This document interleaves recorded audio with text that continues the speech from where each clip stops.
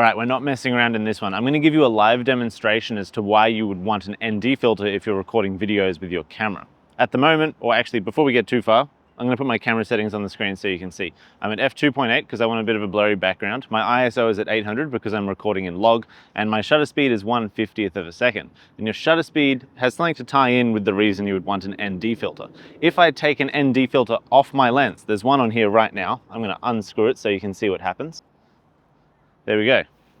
Everything's too bright. It's overexposed, doesn't look very nice. So what would you do to fix that? You'd just increase your shutter speed, right? Let's do that. Shutter speed, maybe about 1/3200th of a second.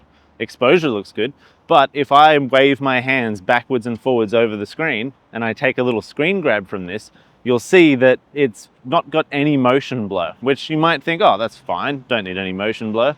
However, if I put this ND filter back on, you'll see it's going to be super, super dark. So to compensate for that, I'm going to move my shutter speed back down to 1/50th of a second where it was before, so that we have our correct exposure. Let's adjust our ND filter a little bit. If you look at that histogram down here in the bottom of the screen, you'll see I'm sort of getting that exposure to where I want it.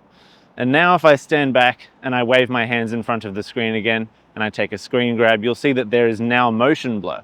When you're seeing something with your eyes, in real life, you're talking to somebody, you are seeing a little bit of motion blur. And having motion blur in a video is what makes a video appear a little bit smoother and more natural. Because each frame of a video is basically a photo.